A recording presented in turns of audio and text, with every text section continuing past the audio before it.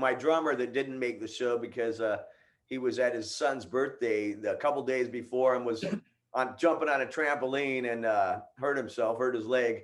So I pulled a different drummer in for the show, but he's from Boston and he was really excited to be able to do a show with you and everything. And then all of a sudden he couldn't make it. But oh man, well I hope he's feeling better. That I hate when that happens. yeah. So hey, from Brian Fowler, my man, tell him it's wicked awesome.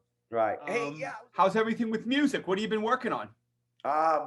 Couple new songs here and there. Since the COVID thing started, I'm in downtown Encinitas and there's American Legion across from me. So they were trying to make some money, right? And the fair didn't happen this year. So one of the local people that does the hot dog on a stick stand put it in the parking lot across the street and they opened it up. And so they had this big line of people. So I went out, I'm going to play my guitar out there, get me an audience, just for the heck of it. And I'm out there jamming. I made up a song about hot dog on a stick and it went really well. So I ended up recording it. Now I got a video out and it's stacking them up, it's really doing well. So it's like kind of something good coming out of it. Using some spontaneity and a little comedy to lighten the mood. That's awesome, man. That's what you got to do. I think that's fantastic because life happens like that. A moment hits you and you go, this is just too funny. I have to capture this. And I think it's great that you did that. I got to check it out. Cool. Thanks, bro. That's great. I got a cool video on YouTube for it. And it's got my dog in it, of course. We're eating corn dogs. I'm playing the drums and the guitar and everything with the corn dogs, and making it fun. I'm gonna definitely check it out. I love doing stuff like that. Just being spontaneous and coming. I love comedy. I love making people laugh. So I'll always come up with something and I'll just do it, off the cuff, just thinking, okay, this is going to be funny. I have to do this. Yeah. So I know you did some shows. Vicky was saying you were doing shows with Joe Satriani and Steve Vai and people like that. So did you ever get to play with Frank Zappa? No, I never played with Frank Zappa. I went to see him a few times. He played like in Boston, at the Orpheum Theater. I'd go see him live, but no, man, I was just a fan and thought he was such a cool guy. And then got to meet his son, Dweezil. We got to hang out a few times in LA. Great guy. Yeah, real Great nice. Guitar player himself too. Yeah. Fantastic player. Yeah, fantastic. He is. Oh, man. I just had a few questions. I'm like, I'm gonna ask him some questions while I got him on. Well, that's a good thing, man. We're hanging. It's a good thing to do. What are you playing there, man? This is a Carvin. Oh, cool. Which Carvin recently, or a couple years ago, went out of business. But I was sponsored by him for a while there for a few years, and they had a factory out here, so I taught guitar out of their factory, and I had a little booth in there. And I could use any of the guitars I wanted, and then they give me 40% off on the deals for my sponsor deal, and everything. So this was one of the nice ones they made me. It's got some nice wood on it, it's gorgeous. Maple or something. Yeah, that's beautiful. And it's got the little F-hole thing in it. Yeah. It's semi-hollow? Yeah. My back's kind of bad, so I've been trying to go more lighter guitars these days. I got to deal with Dean, but most of my Deans are really heavy, except for the one I used in that one video, which is a hollow body, not just a hollow body, it's an acoustic Flying V. Wow. Yeah. That's different. Yeah, it's funny you should say that because this is my lightest guitar. This is heavy though, isn't it? Is it a birchwood or something, or a double humbucker? It's just a mutt. I've had it since '97. It was the first time Fender ever did the double humbucker. Uh-huh. It was called the Big Apple, but I like this one because it's a hardtail. Yeah. And it wasn't routed, so it stays in tune, but it's nice and light, and I love that. And it has a good sound, has a good open sound. Yeah. But I'm with you, man. My old Les Paul used to kill my back. Yeah. And some of my favorite guitars are my heaviest guitars, and I can't wear them for too long anymore. They're like my trophies on the wall now. I love them. Break them out every once in a while when I'm sitting down. Love my orange amps too. My orange has always been my favorite color, and then I just had to get an orange amp, and man, the tone, it's just. I love orange amps. I always have. They have a big open, clean sound. Yeah. Yeah. Turn this sucker on. See what it sounds like.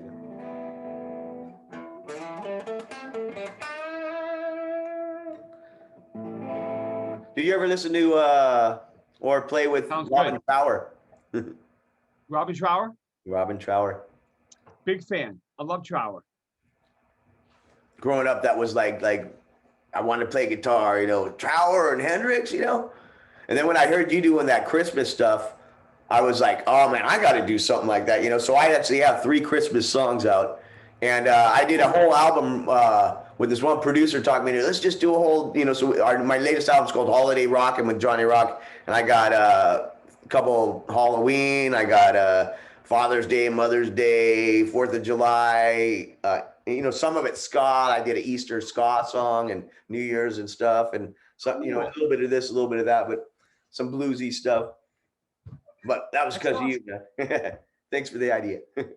No, well, you know what? I'm happy, man, because so many guys have done Christmas records, and I just did it off the cuff. We were just kind of goofing around, and my manager's like, "Yeah, let's just send some Christmas songs out to radio DJs, like as a gift." We weren't really thinking it through that much, and it just took off. Like you never know.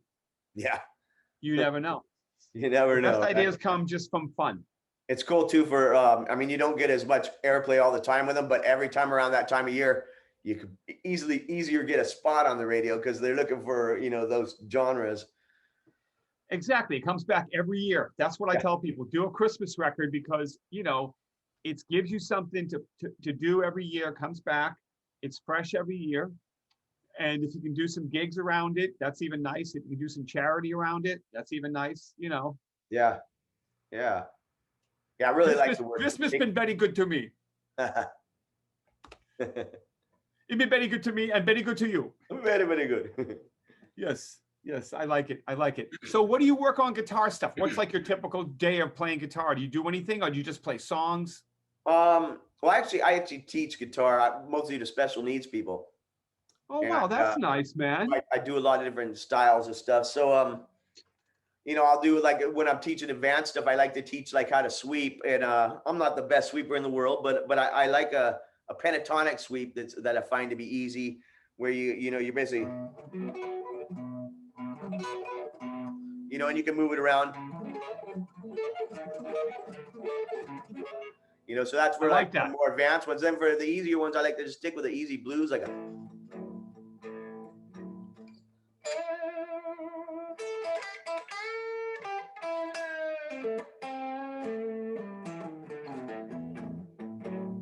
you know, sort of the bending and the, you know, the really important to me is the bending and the vibrato and everything Good, man. coming from That, the trower side. that's awesome, man. I think that's the kind of stuff you need to be teaching people because you can show them, a way to express themselves. And I think that's great that you're teaching because I remember teaching literally for a living. Like when I first moved to California and I auditioned for Ozzy and everything, and I was trying to get the big gig. Um, I remember, just sitting in my house, I was teaching guitar for a living pretty much Yeah. to try to avoid a day job. And I learned a lot from teaching, just from sitting and trading ideas with guitar players, teaching them what I knew. And so I had a guy that played slide guitar and he played better than I did at slide. So I said, hey, let's trade some licks. I'll give you a free lesson. Nice, nice. Yeah, when I worked at the Carvin thing, I was teaching my guitar out there, and all the guys in the guitar shop, you know, or that sold all the stuff, everybody was great guitar players from different types of band. So most of the time, when didn't have any students or no people would be in there, we'd be in there trading licks all day long, you know. And I learned that some of even my most beginner students, I'll learn something from because they'll do something different, you know. I'm like, wow, I like that. I'm gonna have to perfect it, you know, and do something with it. Well, everybody thinks differently. Everybody has a different approach, and you can learn from listening to someone else. Yeah, And I always liked, when you traded ideas, like when I was playing guitar in the late '70s or whatever it was, we were starting out. We would always sit like this, you and me, and it would be like, okay, let's pick a rhythm. I'm gonna play a rhythm, and a lot of times it would be like E minor, to like A or something yeah, like that, my just a favorite. 2 chord vamp. And I would play solo for a while, and then my friend would play, and then we would switch off. And it taught me, definitely taught me to be able to play rhythm, be able to back up somebody, Yeah, And I always taught my students that when I was teaching was like, okay, I'm going to take a solo, and sometimes people would be better at soloing than the rhythm. huh. And I'd say, okay, keep it steady, man, because now it's my turn, to have a good Yeah, time. yeah, I feel you. You know what I mean? Yeah. And how are your students doing? Well, it's been slow lately with the COVID, you know, and I've tried doing a couple of like the Zoom type things like this, and it's been kind of hard to really, you know, grasp the situation and make them feel it, you know. So, It's been okay, but I mean, before this, they were really loving it, and I know I'll get them back. Yeah, I get some people in here with big smiles, just ear to ear grins, and that's what I really, And I have a Yeah. bunch of instruments, so we'll try the banjo and the mandolin and the ukulele and the guitar and bass and drums, and have fun with everything. That's fantastic, man. I mean, that's great. I mean, it's great that you're doing that. And hopefully when COVID's over, we can, get back into people being together and playing, Yeah, I'm trying to work out a gig right now where we'll do maybe a live show from the La Paloma, that nice theater down here, because my buddy that runs it, he's not making a lot of money right now, so I could get a sweet deal renting it out. Yep. Good for you, man. I booked a few shows coming up just to get out and play some limited audience, capacity. And I'm going to kind of do a solo retrospect tour. I'm just going to go out and play a bunch of my catalog and just do it by myself with backing tracks. So do you do different genres as well? I know what I know mostly of you is your ho ho Hoey. That's all right. Everybody around here, the ho ho Hoey. But I mean, do you do other things too? More? Yeah. Well, my first hit was Hocus Pocus by Focus from the 70s. Yeah. I did a remake of that, and then I did a remake of Lowrider when I scored the movie Endless Summer 2, the surf film. And it's all guitar, right? No vocals? Yeah, that was all instrumental guitar. And Love then, it. I grew up singing in bands, playing top 40 and stuff. I always sang in a band. And then I got back to singing kind of after I had a couple hits on the radio. And then I started doing more blues. And now my albums have been kind of a mix of blues rock, and some metal. There's always a little metal in there. Yeah. And one of my songs, it's funny you mentioned Deja Blues. I put out an album called Deja Blues, and that title track is very Robin Trower. Nice. It has that chord where it's like, I go down, it's like that. Oh yeah. Like,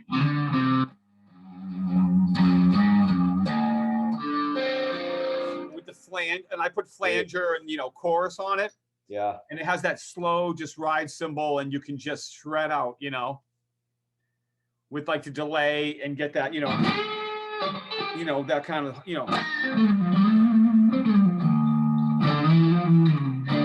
like he would do octaves and stuff, Yeah. So what's your favorite lick? Do you have a favorite lick? Favorite lick? Yeah. Or someone that you want to impress someone. What's the one this is the one everybody seems to, this is the lick. My favorites, my kind of favorite stuff to play, just to kind of riff around. I like to do kind of something around E minor is my thing. Like maybe take an E minor and just groove out, kind of like,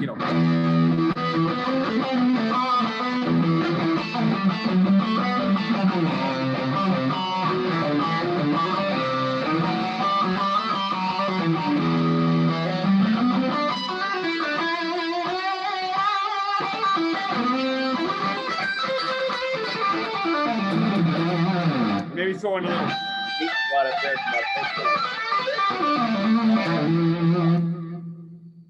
Love it.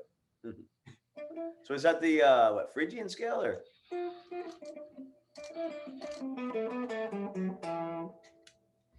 I'm sorry? What scale was that? Was that like the Phrygian scale? Well, I was playing kind of E minor, like E minor. I guess it's like the Aeolian or the natural minor. Oh, Aeolian. Yeah. And then I always kind of go there. So many names of all these scales. And then I go down to C.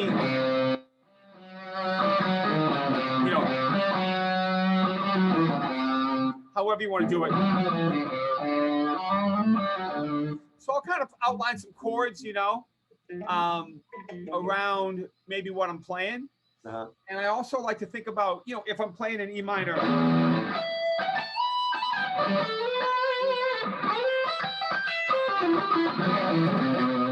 Like I like to do arpeggios that go across the strings. Like C major 7, you can kind of go, if you're on the low string, you go 8, you go 7, 8, and then you do the 3rd and the 5th, so you're going like. So it's like a 4-note thing, you got 2 notes on each string.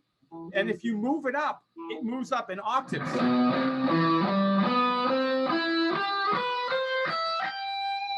And I Nice. find that easier than just doing arpeggios like in one position. I get a little more Yeah. like mileage moving it that way. And then I like to do it. I always look at it like if you have 4 notes, you can turn it into 6 notes. So you can go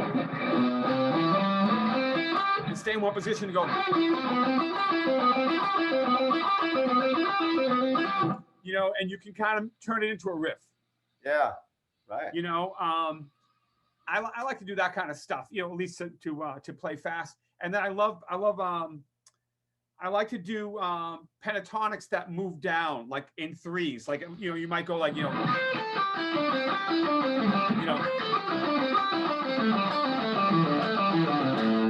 Yeah. I'll come down 3 and then go back up 1.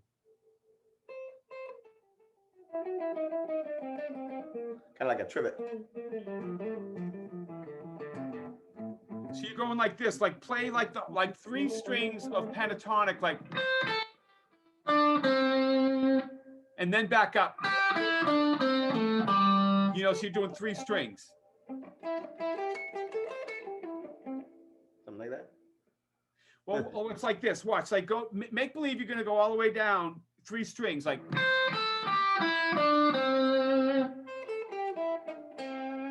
Now stop there and then back up 1 string and then go down 3 more.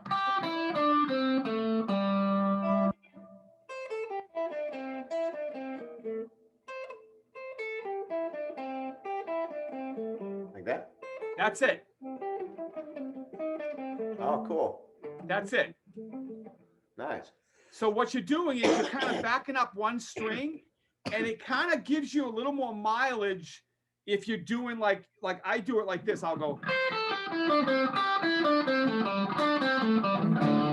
So if I do it, you know, with those 3, then I find it easier for me than just trying to go, you know, go all the way down to pentatonic. I find I get a little more tripped up. So if I back up and I go, it sounds like a lot of notes and it's a little easier. All right, I'm gonna work on that one. I like That it. one, I think, at least for me, that's a good one that I always like to work on. Even I use it just to warm up, and it's a little harder going up, but I like it going up when you go like, you know, go up 3 and then back up. Yeah, yeah. Another good picking one. or anything, or are you flat picking or? I'm doing mostly alternate picking. You know, I'm trying, especially going down on that one. I'm doing all alternate up and down. Uh-huh. Do you ever try like the circle effect where you know kind of draw that circle thing on there? Yeah, the circle picking kind of thing. Huh? I like that. I mean, I don't have it down like maybe Eric Johnson or something like that, but I kind of use it. I pick at a bit of an angle. That's why I try and do an angle and use kind of the guide up and down, and then you know, but you got to just put a little bit in there, yeah. Exactly, because I kind of slice across the strings rather than just going straight across. I get a bit of an angle. I think you do too. Yeah, I like that style. Yeah. It looks like it you know, it makes it a little easier if you're like, for me, you know, if I'm moving across the strings, like I like to do, I was just talking about this with another guy. We were doing a Zoom thing yesterday for another thing I did. And I was talking to him about trying to get the mileage out of positions because he always feels like he's stuck in one position. Oh yeah. And I was telling him that, you know, I do 2 things. Like if I'm in E minor, I'll do a thing where I'll look at the root note in 3 positions, and then I'll kind of go like this, you know.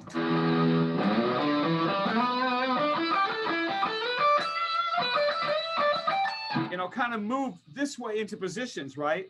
And then do the thing we were talking about, going like, you know. And all of a sudden you're 3. Yeah, and putting in that 3 thing as you're sliding, you throw a couple in, because he said I always get tripped up doing a big long riff, and I said to him, do a speed burst. Don't play fast all the time. Yeah. But think of it almost like going from half speed to full speed. You know, like I do that a lot. Like I'll play a lick and I'll try to go, okay, in halftime it goes, you know, and I'll go. And if you try to double it, you know, go back and forth and feel how your your nervous system feels, and relax more when you play at halftime. Yeah. And then when you play a double time, you're going to play a little different. Like even if you do a simple riff like this, bro, even if you go, if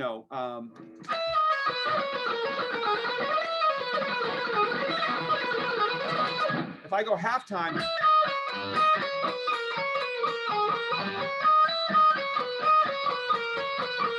now if I double it,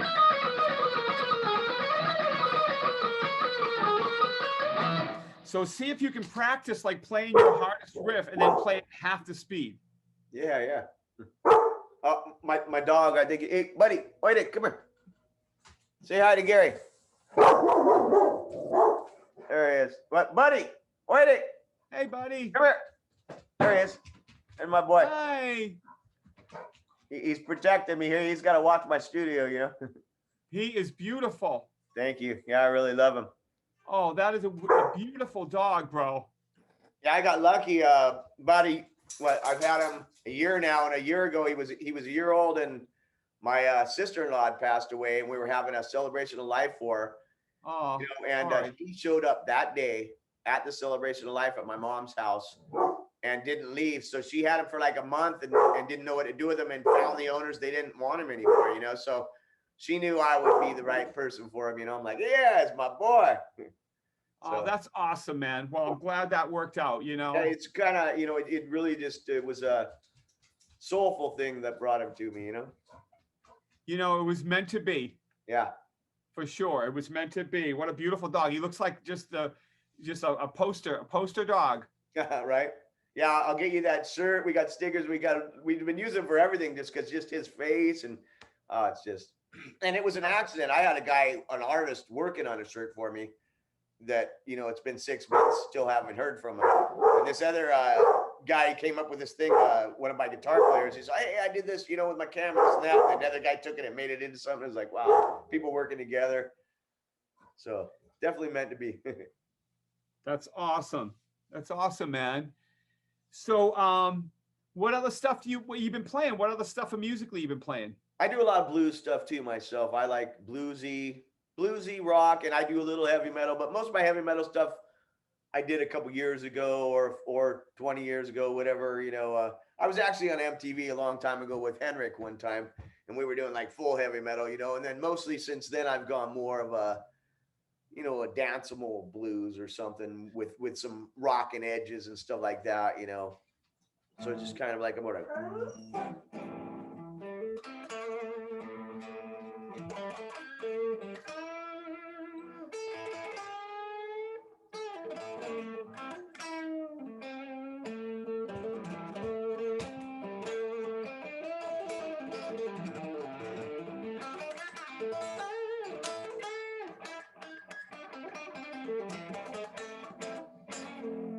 I was trying to slow things down a lot and everything, and not put as many notes in, because for a while there I was just so used to the,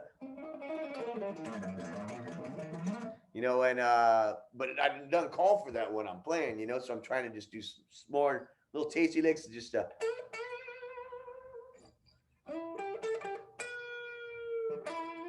you know. That's why I was thinking maybe you could get some tasty licks for me, you know, because it's harder to play slow little tasty licks that really grab people, you know, instead of just throwing out a quick lead and like, wow, he's fast. You know, it's like, well, yeah, what did you grab from that, you know? Yeah, for sure. I agree with you 100%. I think that's part of just growing up, maturing. It's funny because I think you and I probably grew up on a lot of the same kind of music, because I used to love the heavy riffs of like Black Sabbath. I was just going to say Sabbath. You know, Black Sabbath was a big one for me because the riffs and the arrangements and the way that they did it, yeah, you know, was something else. And Tony Iommi's style, the way he played pentatonic solos, they were very memorable. Yeah. The riffs he played and the phrases that, you know, you know, over and over again. And so that stuck with me. And then going into the Trower and the Hendrix and even the Stevie Ray Vaughan, yeah. You know, who I studied a lot and listened to a lot. So yeah, I understand what you're saying. And I'll show you a couple things that I do just to see what, you know, what you want to think about what I do, bro. Here's the one thing I want you to look at is, I have this app. It's called D Tools, and it's made by D'Addario. Yeah, I'm gonna put a picture of it on the screen too. I see Diodario D And Tools. it's called D Tools, and it's like it's D like apostrophe then the word tools, TOOLS. And I recommend you get that app and download it. And it's got a really good metronome in it. Oh, nice. That I really like to use. And what I do is I go in and I set it for like a triplet.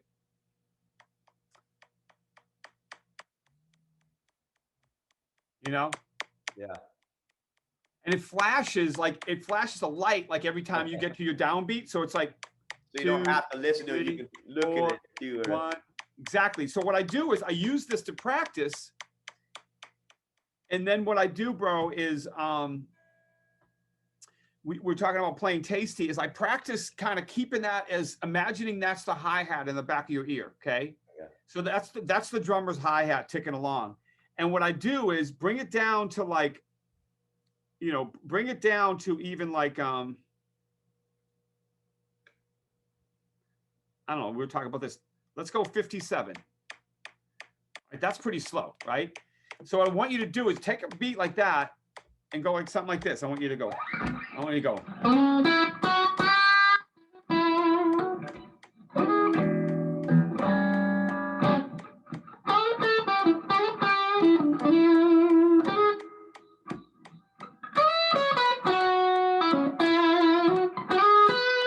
When it comes to the 4 chord, I want you to play minor blues. Can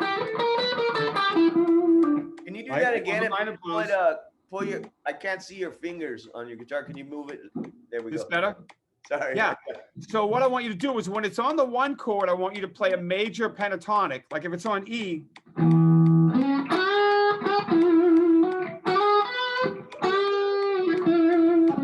And when it goes to the 4 chord, A, I want you to do minor blues.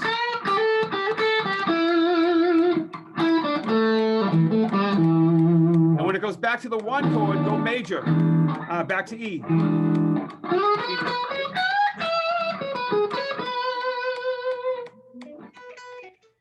You know what I mean? And then when it goes to the 5 chord, play minor blues.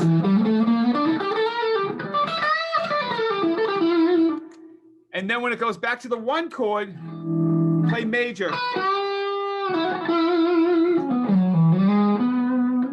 That's a cool sound. Have you tried that? Well, you were starting with A or the Start E? with like if you're on E, like you're like an E blues, like E9. I was playing like an E9. So if I play an E9, where you lay that finger down, you flatten the top 3 strings. Yeah. And then you're gonna flatten that. And then you can, and then nice. What I do is I play the, it's like E major pentatonic, but it's really like C sharp minor.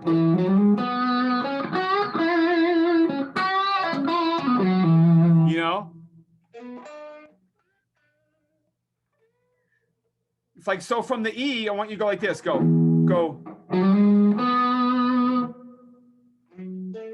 Wait. So you on the A string, go. Where are you going up? You're going up to like 13. Oh. I mean, no, 11. Sorry, 11. Yeah. And then go here with your first finger. And so on the D string on B. Which one? So go from the E and then go slide up to 11 and then go to the D string. But it's on the 7th, 9th fret. 9th on the D string.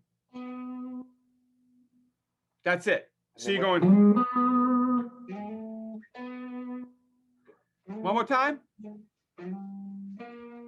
So go to are you going to 11 on the A string? And then but slide in with your 3rd finger.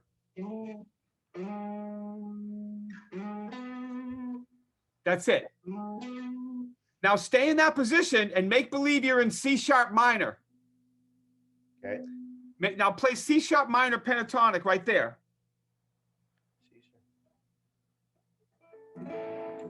Now start on the, I'll play C sharp minor like this. Oh, yeah.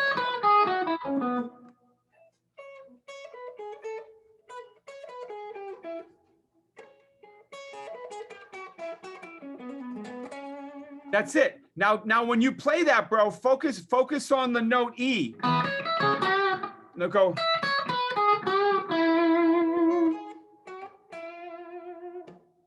All right. That's it. So on the one chord, you're going to play that. That one? Yeah. So on that chord, play that scale. Okay, yeah. It's like Allman Brothers. Uh-huh. And then where we're You know what I going? mean? Yeah, yeah, yeah.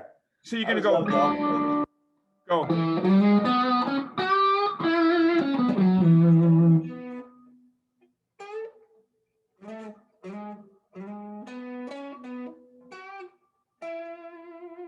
That's it.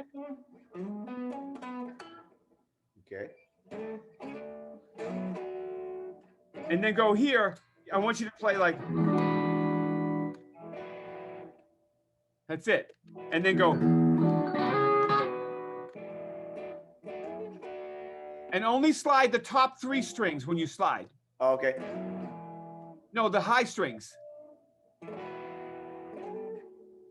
But don't play the bass strings when you slide. Just go.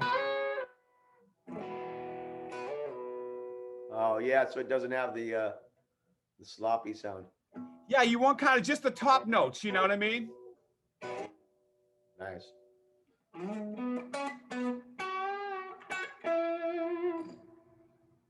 Tasty, man. And then on the 4 chord, I want you to play A7,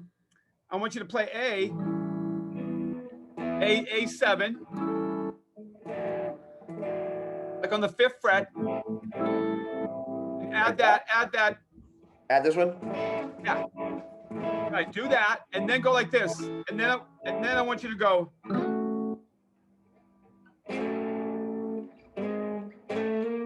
The whole step. Yeah. Yeah, that's it. So you're gonna go.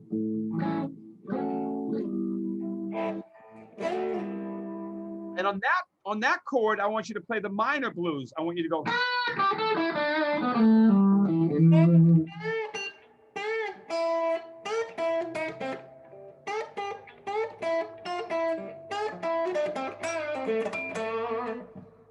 Yeah.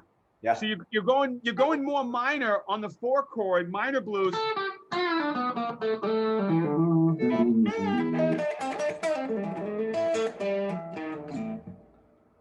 That's it. And then when you go back to the 1 chord, go back to the.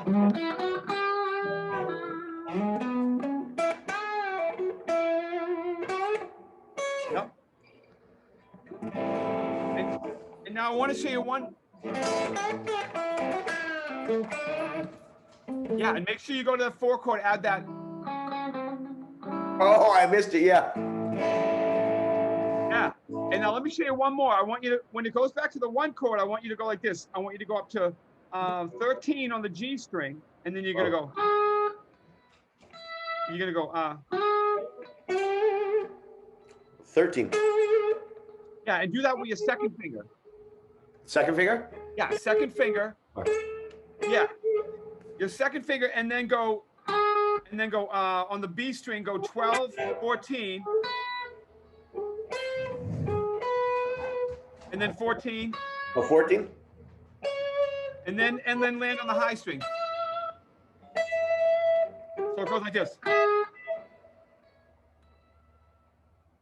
I lost you. Let's see, you slide into 13 on the G string, and then go 12, 14 on the B, and then E. That's it. But do it really slow. Go.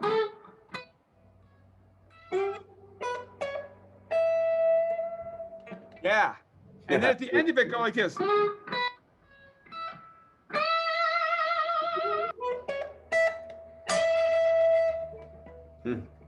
Yeah.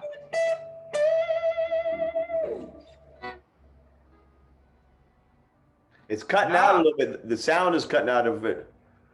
I know it does that on the Zoom thing. It's annoying, isn't it? Yeah, right. The latency is not too bad. It's a little bit off, but then the sound cuts out. I'm like, what was that?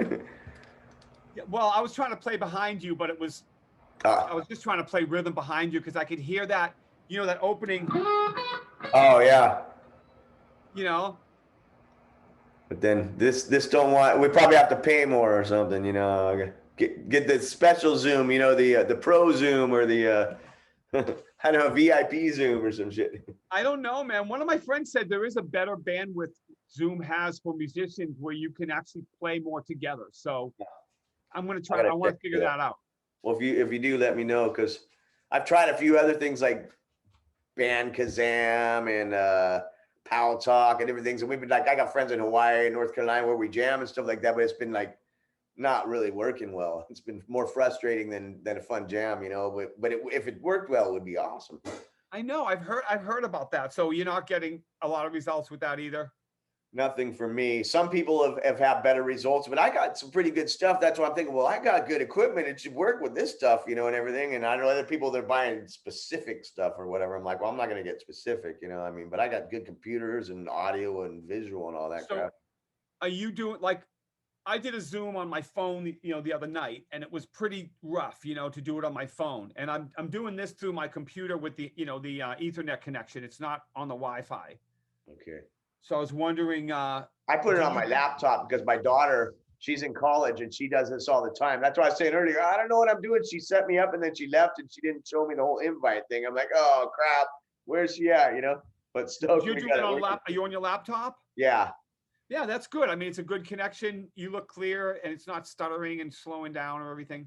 Yeah, I'm stoked with it. Yeah. It And looks and pretty it good, gives you man. that option to record, which is awesome. I didn't never, my daughter, she's gonna be 21 actually, February 6th, so in a couple of days here. Oh, happy birthday!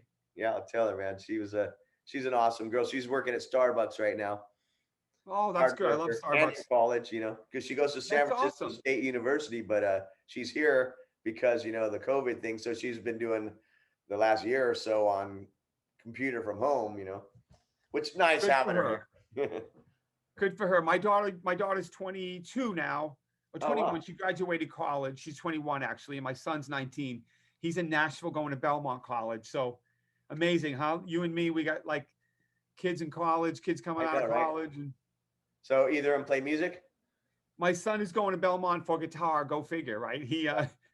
Yeah, he started playing when he was like 5, and he's a monster, bro. He's really good. Nice. He loves the blues. He loves all kinds of music, but he's going there to learn theory. I'm like, okay, he wants to spend some time learning music. So good for him. Yeah, right on. I'm happy Yeah, my for him. daughter could play all the instruments really easily and has fun with it, but she's like a biology major for some reason. She wants to make money, I Oh, know, right? She's very smart. yeah, she's half Japanese, so she's Oh got that wow, going for her. that's awesome. That's I awesome, toured man. a couple Well, of times in Japan. I got it. Did you ever play in Japan? I'm sure you did, right? I played over Japan. Yes, over the years. So, Yes, Skoshi Nihongo Honashimasu. I've yes. been learning a little bit, Good, my man. Yeah, ex-wife and everything, but I haven't been there in a very long time, but I played there with Brian May from Queen. Ironically, oh wow. what a great time. I went over there and played with him. Opened up for him. To me, he's like the master of effects. Because for a while there, I got rid of all my effects except my crybaby and my compressor just because it was just getting too compressed and this and that and everything else. It was like processor sounding. So I got rid of everything, all these rack mount stuff. And now I'm slowly adding a little MXR carbon copy, and a couple things. But I always noticed with him, Brian May, he just had the all these different delays and flanges and all these different things, but he controlled them so well where some people it's just a lot of noise.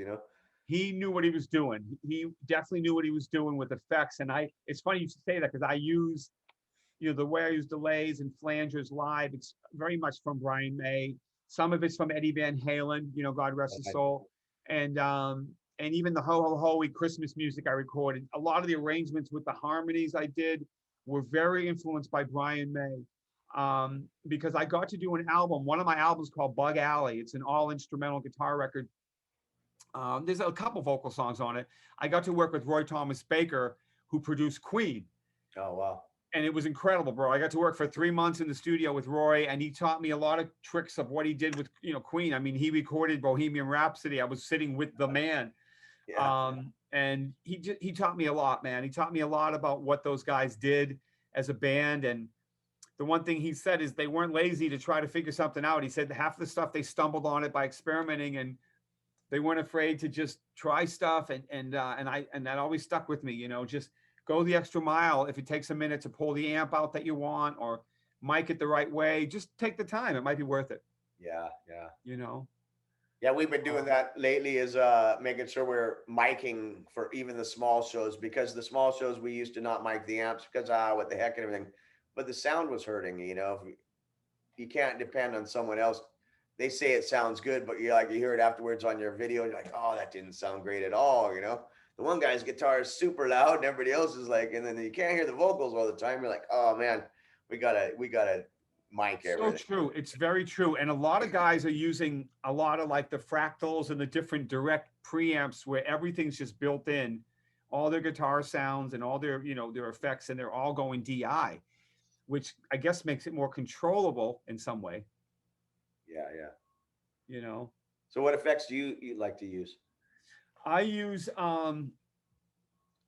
my main pedal board is I have the Time Machine Delay by Vox, which Joe Satriani designed, and I'm a friend of Joe, and we actually traded pedals because I had a pedal and he had that, and he sent me that and a couple of the pedals. And I use a Crybaby, and a Tube Screamer, just simple stuff. I have one flanger that I really like, and that's pretty much it, man. And I keep it simple. Nice. See, but that's what I believe in. Simple is better. Less is more. Well, I find with a 3-piece band, it's nice to have some effects. It fills it out a little when you need it, and then you can go dry and have that contrast. Yeah, a lot of the stuff I've been recording lately is calling for a rhythm guitar player. So I have one of those now, but it was hard to get one, because a lot of people don't want to play rhythm. They want to jump out there and do all the leads, but it's hard. Have steady, heavy rhythm right there always when you need them. So got this new guy, William Fullwood, and he's been working out cool. He's a Navy guy. I'm like, okay, the Navy's pulling it off for me. Yeah, man. And you know what? Being a good rhythm player, I think it's a fine art. I think it's a great thing. And some people do. They want to play rhythm. Yeah. I wanted to show you something else that I do. I was showing you that thing with the that the D tools thing. Oh, yeah. Another thing I want to show you is if you play the triplets, right? 1, 2, 3, 1, 2, 3, 1, 2, 3. Okay. If you're playing a slow blues, think of the triplet as the hi-hat, right? So you think of like, and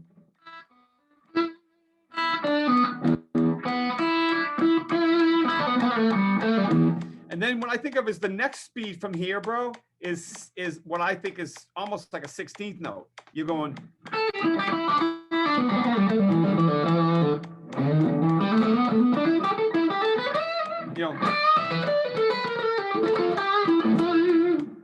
it's like that next speed when you're playing a blues.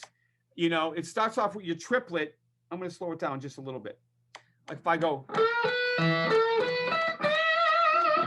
then I go, that's like the next sort of fast speed. Yeah. So a lot of times I wake up in the morning and I go as slow as I can, and I try to go.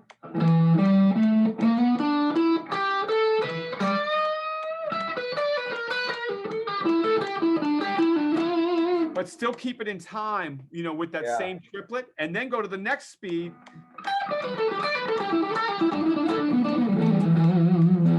Which was that one I showed you where you go down 3. So I'm doing it at like 58, right?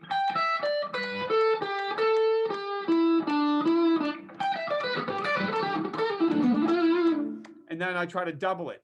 So go 3 and then try to do it twice as fast. But that's a really good exercise to just practice playing, switching gears, and playing with different riffs in a different time. Yeah. I find it challenges me when I try to change gears and still play what my head's thinking.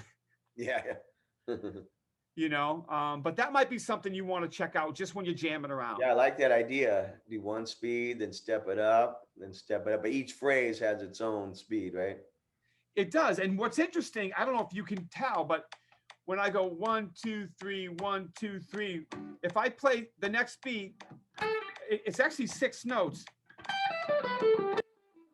1, 2, 3, 4, 5, 6. 1, 2, 3, 4, 5, 6.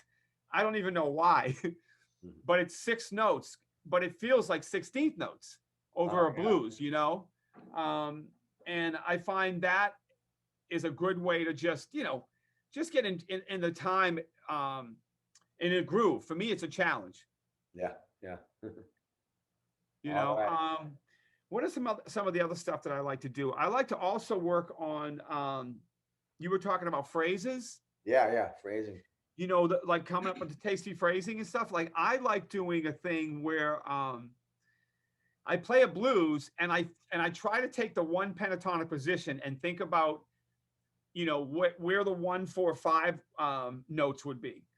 Like, so if I played like an A blues, I would play all the notes that were A. And then when it went to the 4 chord, I would play the D. And then I go back to A. And then when it goes to the 5 chord, I would try to play all the E's. And then when it went to the 4 chord, I would hit all the D's. And then every time when I go back to the A, I would hit the A. And what I call it like targeting your note and having a direction in your mind. And if you just play a blues and try to say, okay, every time it goes to the 4 chord, I have to land on a D. Yeah. And every time it lands on the 5 chord, I have to start on an E. It makes you think about where your riffs are going to land, where they're going to begin. And all of a sudden, it sounds like you're playing to the changes, even though you're only changing one note. Yeah. So that's something I practice when I'm just sitting around. I might go like, and then I'll go to D. Then I'll go back to A. And I just keep tapping my foot, trying to keep the direction of where the notes are going, Awesome. Yeah. But that might be one thing to practice. Yeah, I appreciate it. And even to give your students. Give me a few good ideas that I can start. You get stale after a while. It's like, I got so many little tricks and everything, but I need something new. I need a fresh idea. Like, okay, you gave me a few right now. So I'm like, yeah. Great, man. That's what I was board. I'm going to be practicing a lot more again. Yeah, man. Well, I was hoping I could give you a few things, to go with and say, hey, man, because, it's like we were talking about in the beginning, is you cannot sit down with 2 guitar players and not just trade ideas and feel differently, about even the way you play. You have a cool vibrato. And some of the things you were doing reminded me of that old school, like Tony Iommi and Trower. And it's like our fingerprint. Right. It's the love I have of the people that showed me the way, Right, exactly. And no matter how much we try to do it like them, we still come out sounding Our like own. us. Exactly. I learned that a long time ago. Is just mimic anybody, because you're going to do it your own way anyways. And you're not going to be ripping them off at that point, because you did something you thought you were doing what they're doing, but you did your own way. And now it sounds cool because it was already cool, but you made it your own. And it's like, okay, you didn't rip anything. Was it borrowed, begged, and stolen? Begged, borrow, stole, or something? Yes. What they say, beggars borrow, professional steal. But I always did that. I always would take it so far. And then I would go, you know what? I'm not going to be Eddie Van Halen. I'm not going to be Yngwie. I'm not going to be Richie Blackmore. So I'm going to take it to where I think it is. I'm going to be me. And that's when I kept my own style, because I just would only take it so far, Right. Cool. And, a while back there, you won that contest here in San Diego for the San Diego Padres. Yes. I entered that. I had a song in that one there. Wow, did you really? Yeah. Me and my brother, it was really bad recording, and but it was kind of funny, this and that and everything. We threw it together, kind of Spanish style thing, but it was fun working on it. Well, that's cool, man. I mean, we all had to scramble to do something quick, and yeah. I was thinking more from, an instrumental, piece of music than anything, I was Yeah. thinking of just something grand, and epic in musically. That's all I was thinking. I went to a bar and asked everybody questions about the Padres so I could write down a bunch of lyrics that people were thinking in the bars, that were watching the Padres. That's smart. I mean, your song was probably more genuine. It was probably more real. My song, I think, was more Hollywood and a little more ESPN. A recording kick ass. Mine recording sucked. Me and my brother did it on some cheap ass recording setup he had, probably 4-track at the time. I don't know what we have, but might have been Well, that digital though, at least. right, exactly, and that can be a big difference too, right? Is not having the right demo at the right time, and you can't get exactly the way your mind hears it. But you never know. You got to be in it to win it, brother. And I'm proud Yeah. of you that you and your brother did it, and you put it in and you submitted something, because that's more than a lot of people would do. Yeah, yeah. Well, all For real. right. All right, my man. All right. Hey, well, I want to say thank you very much. Awesome hanging out with you. And next time you're in town, maybe we'll go, check your show out and see what's up. Well, Go I have would a beer hope at so. Alesmith, right? Yeah. Yes. And yeah, with and we definitely want to hang with Vicky and Peter. We're gonna have to go down to Alesmith and have a beer and hang out. But yeah, for sure, man. This has been a lot of fun hanging with you. And I wanted to thank, Vicky and everything for hooking us up and, just putting us together to do this. And I want to say, keep doing what you're doing, man, because, you're doing a good job teaching people, helping people. You're making positive videos. And I want to say, keep doing it. And I definitely look forward to when this is over and we can all really get together and hang out and enjoy some time. That would be great, man. Cool, brother. All right. Take care, man. Have a good one. Dude, have a great night. Give my best to your daughter, to your family, I will. and rock on, bro. Have a great one. You too, brother. Don't Take care, forget man. D-Tools. All right. Johnny Rock Johnny Band. Rock, all right. Johnny Rocks, woo! All right. Later, brother. Have a Have good a one, good man. evening. Thank you so much. All right.